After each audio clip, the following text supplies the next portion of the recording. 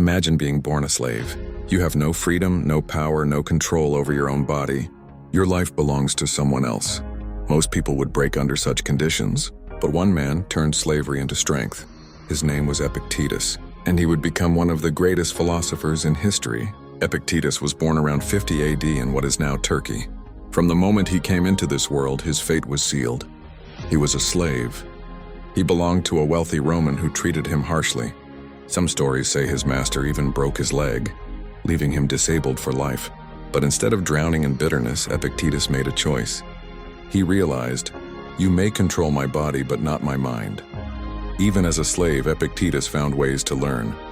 He listened to philosophers in Rome, studied secretly, and absorbed wisdom wherever he could. What he discovered changed his life.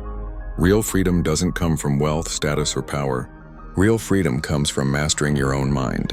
He once said, "No man is free who is not master of himself."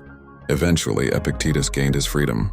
But instead of seeking riches or revenge, he chose a different path, teaching philosophy. He opened a school in Greece where students from all over the Roman Empire came to listen. Even the most powerful men of Rome sent their sons to learn from him. He taught that life is full of things we cannot control: illness, poverty, betrayal, even death. But what we can control is how we respond. It's not what happens to you, but how you react to it that matters. Think about it. We may not live in chains like Epictetus did, but aren't we also slaves sometimes? Slaves to anger, slaves to fear, slaves to other people's opinions. Epictetus reminds us, the key to freedom is not changing the world, but changing ourselves. When we learn to control our reactions, no one can truly control us.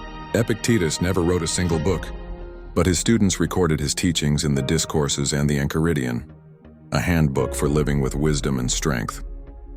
More than 2,000 years later, his words still guide millions of people searching for inner peace. So the next time life feels unfair, remember the slave who became a philosopher. Remember Epictetus.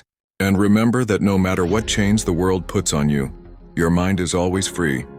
If this story inspired you, make sure to subscribe, because every week we'll uncover more timeless wisdom from the Stoics. Wisdom that can change the way you see your life today.